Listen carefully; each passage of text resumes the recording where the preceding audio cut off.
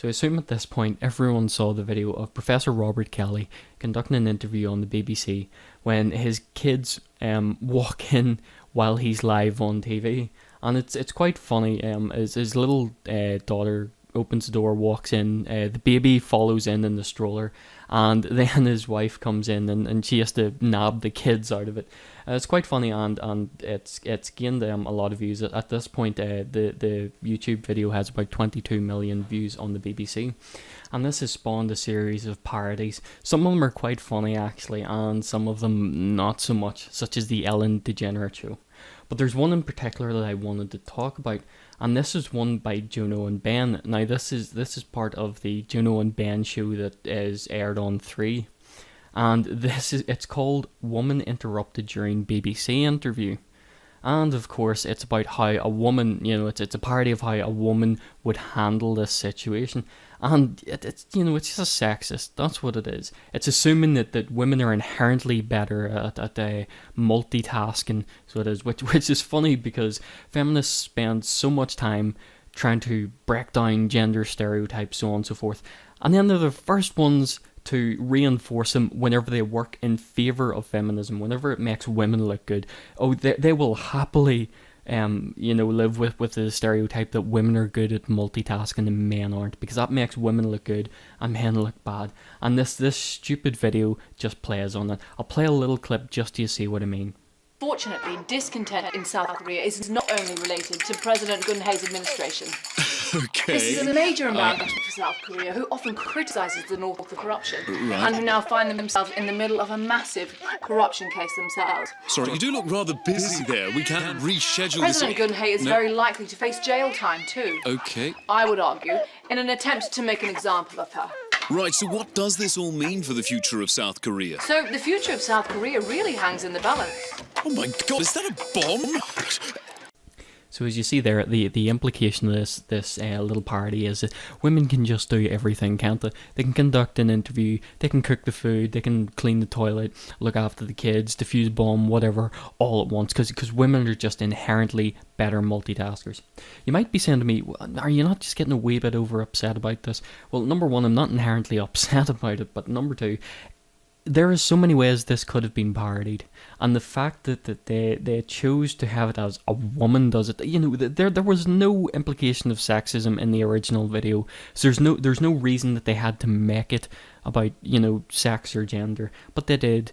And this is an ongoing trend with comedians these days. That they're all feminists, so they are. If you think of Amy Schumer and Patton Oswalt and so on and so forth, they're all playing it. It's as if there's no comedians that don't pander to the regressive left, and especially feminists.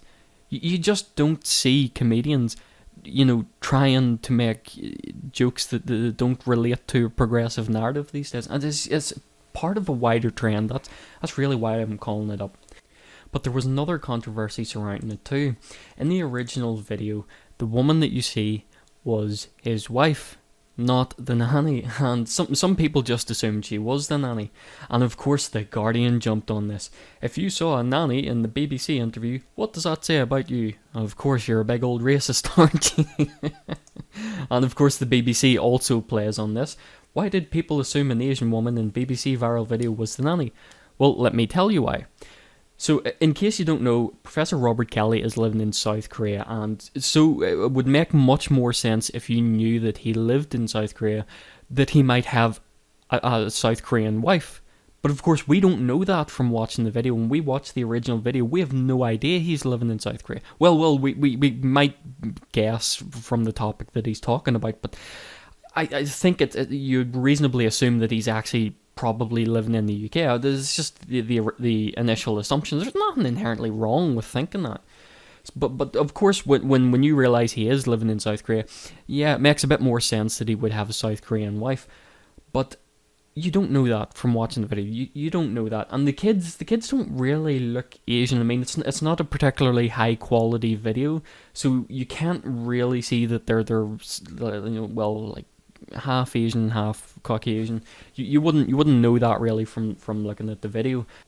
And of course, generally speaking, people will stick to their own race when it comes to relationships. Like I don't have a problem with mixed race relations. You can date someone of a different race. That's absolutely fine. I've no problem with that. But here in the UK, the 2011 census shown that just slightly under 1 in 10 people are likely to be in an interracial relationship. So that means about 9 in 10 people will be dating someone of the same race. And there's nothing wrong with that either way. You know, I don't have a problem with mixed race relations, and obviously if you want to stick to the same race, that's totally up to you as well. There's no problems there. So you would just typically, you would assume that someone is in a relationship with someone of the same race. You know, you've a 9 in 10 chance of being right with that. So when you see this Asian woman coming in, you're not immediately going to assume that they're married. The clothes she's wearing also seem reminiscent of a babysitter or a nanny. I mean, if you just try to picture a babysitter or a nanny in your head right now, and what sort of clothes they'd be wearing, it would be something like what she was wearing. It's not unrealistic to assume that those would be the clothes you'd typically associate with a nanny or a babysitter. I just don't believe that it is racist to assume that she was a nanny. I mean, even if it is it really the biggest fucking deal? Really, like, what larger impact does it have on society? None, really. It's just fucking feminists and social justice warriors making mountains out of molehills.